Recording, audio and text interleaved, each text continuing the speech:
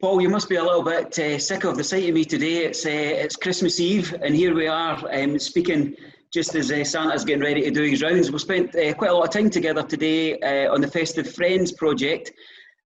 There's a reason that we're speaking tonight for a game that's in the future. Do you want to tell us a wee bit about how the coming period is going to affect yourself, and then we'll head into introductions and explain what your role is? Yeah, so it's been a busy past couple of weeks just getting the various events that we've had up until the lead up to Christmas organised. We obviously had the camp a couple of days ago, the Multisports Holiday Heroes at Starts Park. Then we had Festive Friends today where we were delivering over 200 hampers to local elderly people and socially isolated people in our community. So it's believe it or not, actually going to a period of furlough from Boxing Day. So I'm actually happy speaking and chatting over on my Christmas Eve about the exciting projects that we've run and that we're hopefully going to be able to run in 2021 once this pandemic starts to ease. So yeah, going to a period of furlough from the 26th, hoping to be back in late January, early February. Obviously all going well with the pandemic and the restrictions that the Scottish Government have just recently put on. So now that we've got the kind of time frame set, I did take down the decorations in the background just to at least give it a little bit of hope of lasting this interview.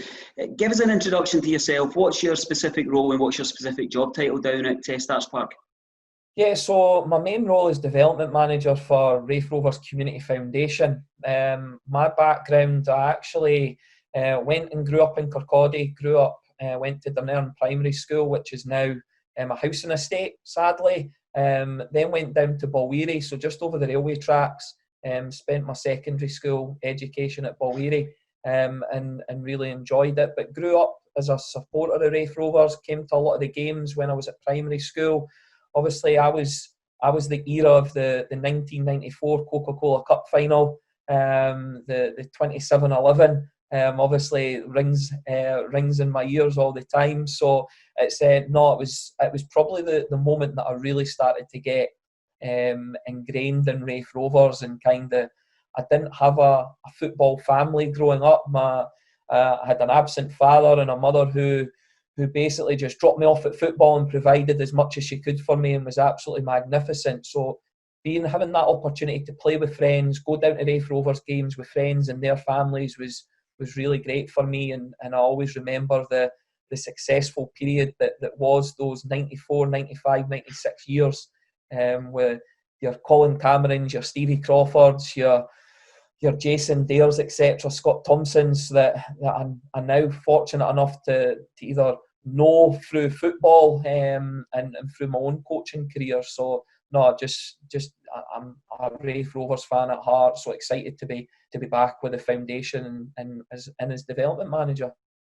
To still give you a buzz when you head down to Starts Park to do your work every day and you look at what your office looks like. It's certainly the case for us volunteers. We feel quite privileged when the door gets open and you've got free rein of such an impressive place. I think if someone told me when I was 7 years old that I'd have a pitch side office at Starts Park overlooking the hallowed turf, I think I would bite their hand off, to be honest, and I'd be like, you're laughing, you're joking with me.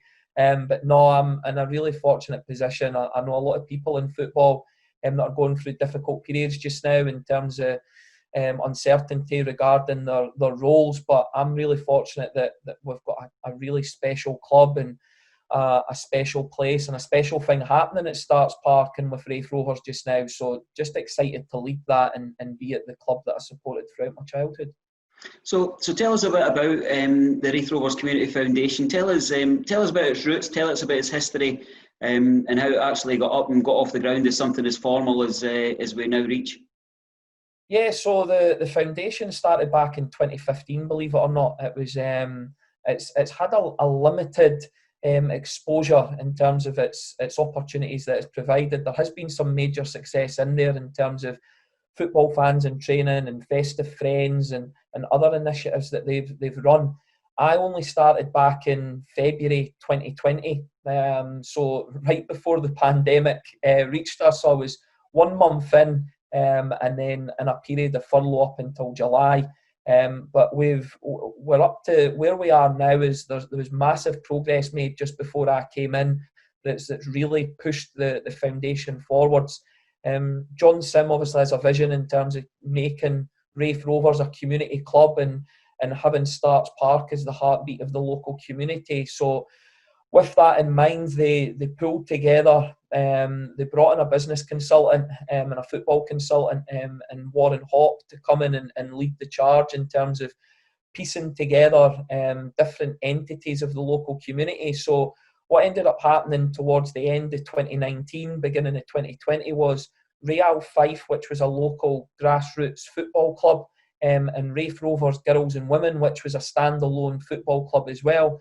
They were brought together and brought under the banner of Raith Rovers Community Foundation to be under the identity of Raith Rovers Community Club. So that means obviously the great work that Warren's done and John's done in bringing these entities together. But that wouldn't have been the case without a gentleman called Wayne Carroll as well. Wayne's the chairman of the Raith Rovers Community Club and was on the board at Real Fife, or the committee, at Real Fife before coming in as the chairman of the newly created community club. Wayne's doing a magnificent job in that role, with over 400 players on a weekly basis being engaged as boys and girls, and creating a fully aligned, full male and female pathway from under fives right the way up to first team football in both male and female pathways. So something that's really great.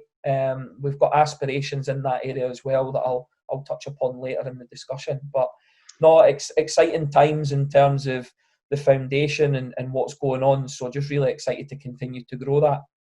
So how does a vision become reality? Can you tell us a bit about, I guess this is more the political question before we go into all the exciting activity that takes place.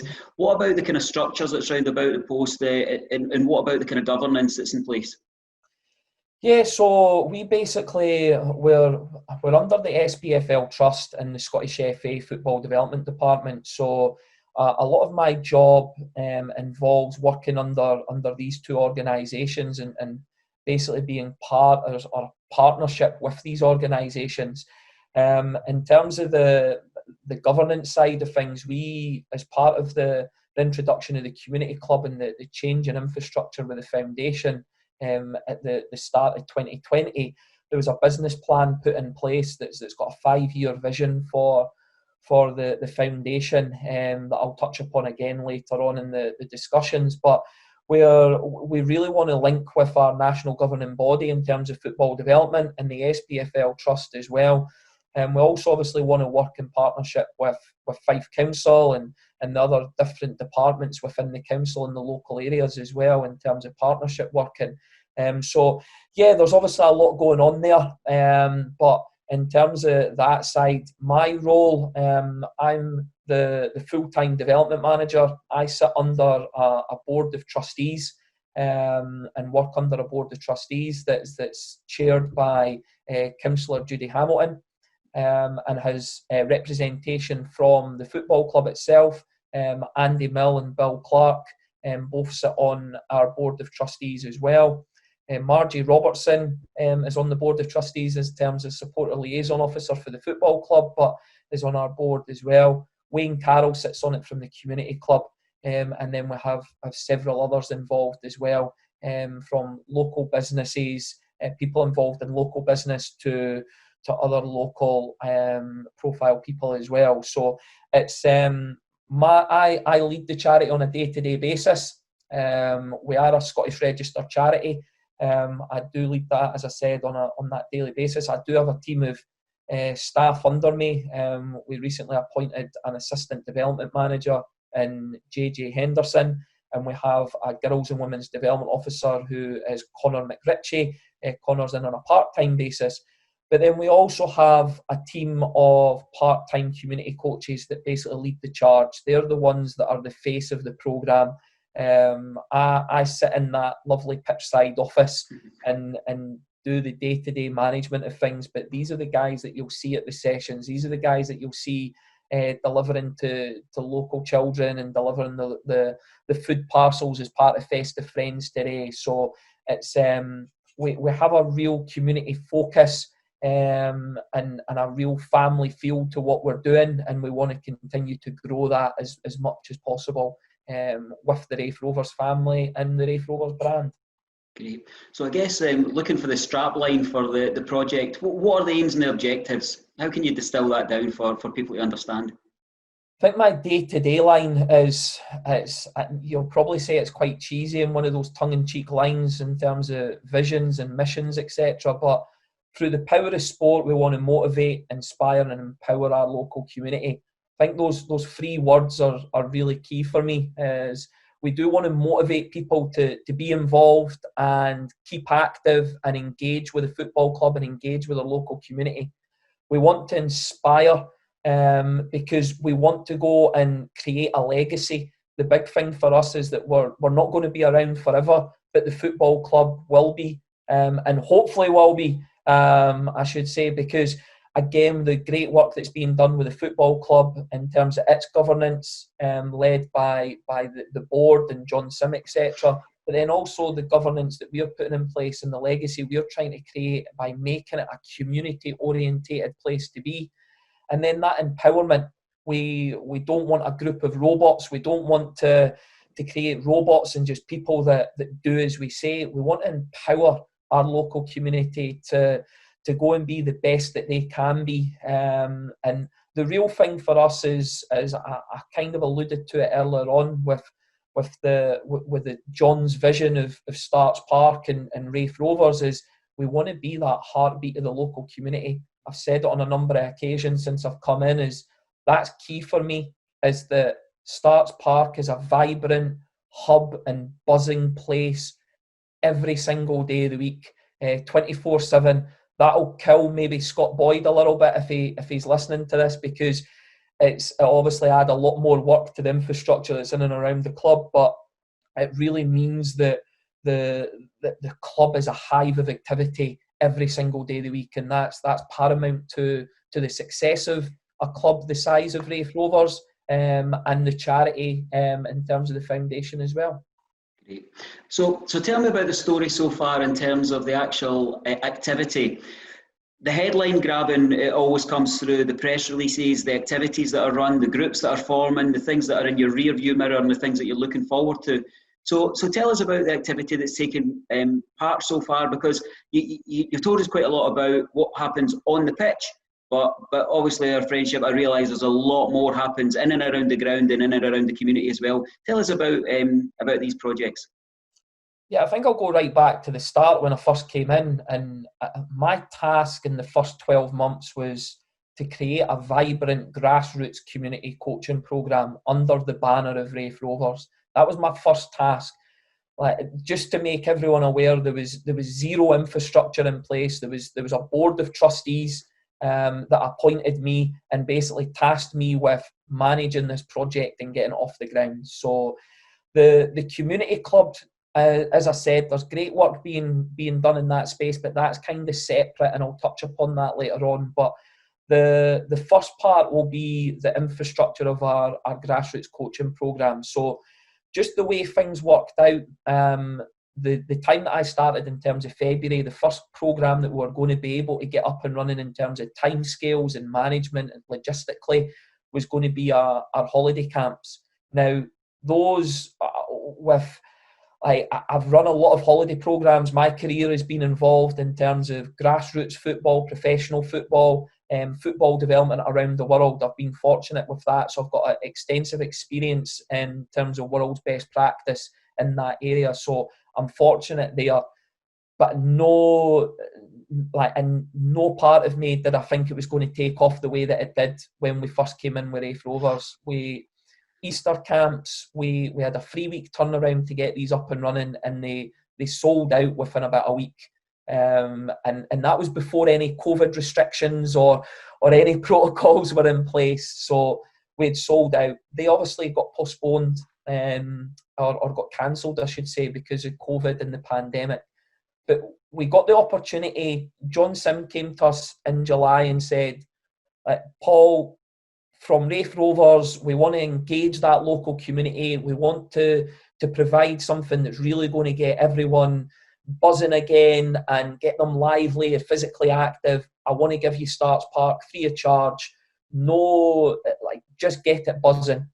So I had 2 weeks to get things buzzing, and we got our holiday camps up and running. We had community club training Monday to Friday, 9 till 5. 9 till 5 was our camps, and then from 5 o'clock till 10 o'clock at night, the community club had the pitch buzzing with hundreds of kids training every single night. So we really did create that hive of activity, and that just allowed us to hit the ground running. It showcased what we were all about. Our biggest difference from our other competitors or other local clubs will be the standard of delivery that we provide.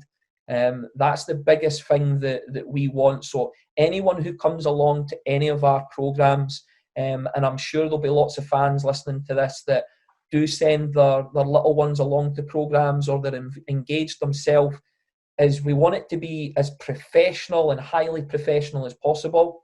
We want to provide the safest environment possible just now with the current restrictions. And we just want it to be a fun, lively, energetic place that, again, motivates, inspires and empowers anybody that walks through the doors. So with that in mind, we created our grassroots coaching programme that to date has 200 kids taking part on weekly coaching programmes, from 3-year-olds to under 16s. It has a variety of different programmes within there. We've got mini Rovers, which is for our 3 to 5-year-olds, skill centres, which is for 6 to 12-year-olds, our advanced player programme, which is for club-based players who are currently playing at a variety of local clubs but just want high-quality coaching. We also link in with the SFA programmes as well. So the SFA recently run 2 major programmes in terms of Network Rail, which engages with Network Rail, the British Transport Police and the local communities. So we partner with them for that. And we also partner with them for the McDonald's programme, which we created a Friday Night Lights initiative that had 60 kids on a Friday night for 1 hour, free of charge, playing on Starts Park under those glorious floodlights that I can see behind you on your door frame there, which is it's just about creating memories and inspiring that local community and providing them with, I think if you sit at our age and you speak to a lot of parents now, they would have had dreams of playing on Starts Park. I know I did growing up, and I was fortunate to play on it once in a Scottish or a Fife Schools Cup final for Balwearie. But I had this, again, just having these opportunities to go and let these kids train and play at Starts Park on a regular basis. That's just our kids coaching programmes. That's not just what we run. But as I said, the first 12 months of my role was about creating this infrastructure for a grassroots coaching programme. Believe it or not, we're about 4 or 5 months ahead of schedule, which has allowed us to go and bring in, as I said, JJ Henderson to come in as an assistant development manager. His task is to go and take on board all these programmes and grow them and just create new opportunities as well. So moving forwards, I said we have mini Rovers. We're actually going to have even younger mini Rovers. So if you've got 18-month-old kids and they're already like kicking balls and running about and causing havoc in your house at 18 months old, we'll have opportunity for 18 months old to get Raith Rovers kits on, get that badge on them, get them down to Starts Park and engage in football activity. But we also want to engage with mothers, fathers, aunties, uncles, grannies, granddads, great-grannies, great-granddads. So we created a walk and talk programme recently that's been phenomenal, and it's come about not because of the pandemic. It's something that I thought of pre-pandemic, and was something I wanted to get up and running as soon as possible. And Starts Park, as we know, is situated within probably 4 or 5 great locations in terms of the Coastal Path, Ravenscraig Park, the Promenade, or the Esplanade. You've then got the Beveridge Park. You've got great walks all in that local area that's got the backdrop of Starts Park right next to it. So we want to engage just local adults who just want to stay socially engaged, but also want to keep physically active. We try and do a 3K to 5K walk once a week, and we have some teas and cakes and biscuits, etc., and just have a chit chat, do a wee quiz, and just engage with the local community. But then we also want to go and engage with everybody. So providing opportunities for adult football, with walking football being one of our biggest programmes. Steve McCrimmon leads that, who's an ex-board member and Raith Rovers fan himself. In terms of board member, I meant of the foundation. Steve manages that now for us and has around about 40 guys on the register for walking football, and they're actually Scottish Cup champions. So it's the guys have got a great programme, and we want to continue to grow that. And we obviously run your SPFL Trust programmes as well, in terms of 442 Reading Challenge, Football Fans in Training, Festive Friends, and other various local opportunities that look to engage everybody in our local community. Males and females, young and old, we want everybody engaged with Raith Rovers in this badge. It's not an insurmountable challenge the way you put it, but when the job spec says that we want you to engage youngsters from 18 months upwards of heading towards 80 in the midst of a global pandemic, it doesn't seem like the job specification that would grab everybody's attention, but you seem to have made huge progress against many barriers. What's in front of you? You know, we obviously come to a period where you're going to head into furlough yourself, but again, because I spent a bit of time with you today at the Festive Friends, I know that you do have a set of plans that will continue in motion across kind of January and so forth. So what's in the immediate horizon, and then what are we looking at beyond that? Is there a burning couple of projects that people are at your ears wanting to see come to fruition? I think I'll start long term, if you don't mind. And our long term vision, so everyone's aware, our 5-year goal is to be the leading community club within Scottish football. Now, a lot of people will look and go and say we've got clubs like Celtic, Rangers, SPL clubs, big clubs out there that will go and have massive infrastructures and management teams and be able to go and span their programmes across large cities. To be the leading community club is about engaging everyone in our local community from young and old. So, and creating long-term partnerships and legacies. So in terms of that's our 5-year vision. We want to engage, as I said, with Fife Council and other local sports clubs. We just done that recently with the engagement of Active Schools and Active Fife, and pretty much the other local sports clubs within Kirkcaldy. The only other one we haven't engaged with yet is Fife Flyers, but I'm sure that will come with time, where we can provide lots of various opportunities for the local community to engage in partnership work with us. In terms of that, we over the January period, obviously the restrictions and will come into play, and we will be restricted in terms of what we can provide.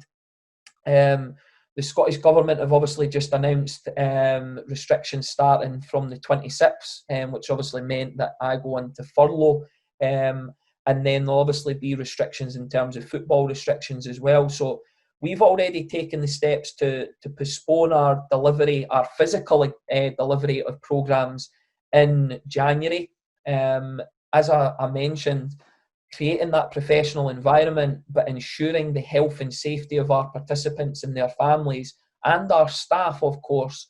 We want to ensure that we still engage with the local community, because from coming in February, as you said, there's been lots of hurdles. There was a period of furlough for myself up until July.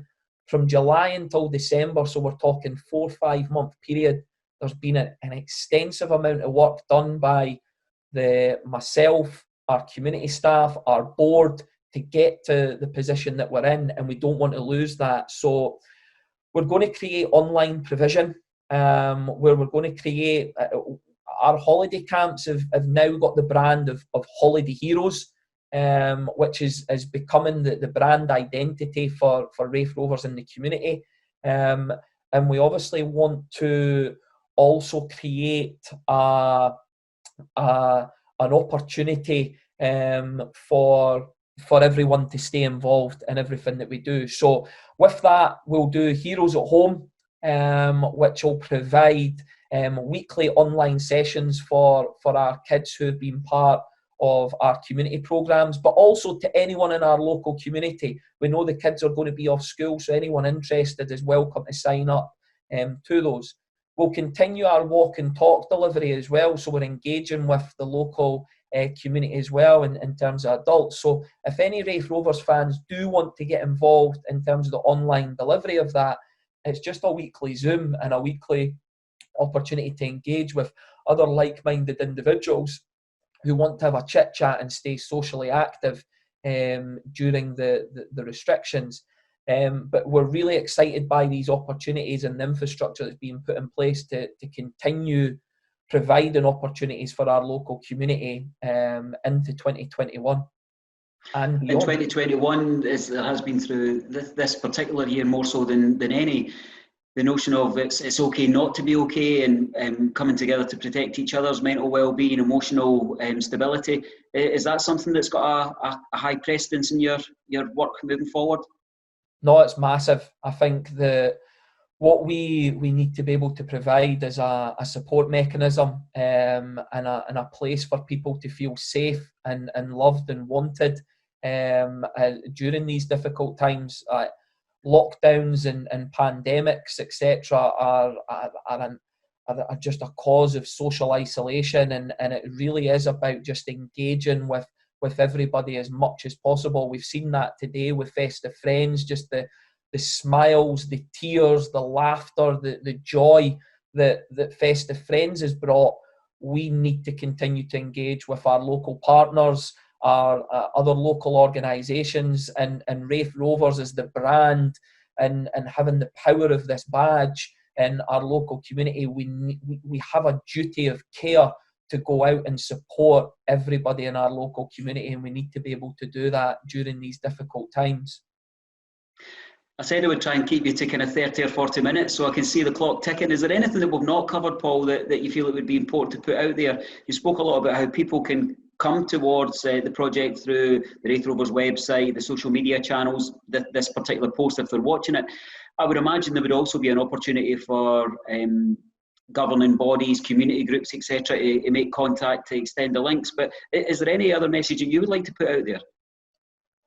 I think the big thing for us is that we want to engage everybody. We want to support and provide opportunities for everybody in our local community.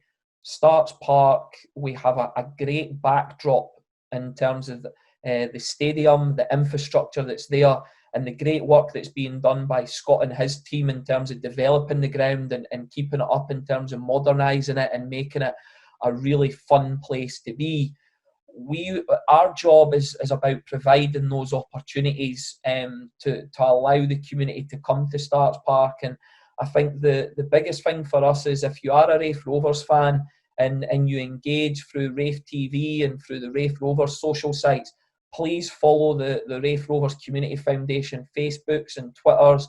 If you want to get involved in anything we're doing, or you feel you have a skill set, or you want to support us in terms of volunteering or engaging with us in any way, shape or form, please just pick up the phone or send us a message on social media, or get my email address off the website, etc. We are approachable. We are happy people. We love to engage with our fans and everybody in our local community. So we just want to provide as much happiness, joy, support for everybody as possible. And as we said, our long-term aim, create Starts Park into that heartbeat of the local community, and in turn that will make us the leading community club in Scottish football.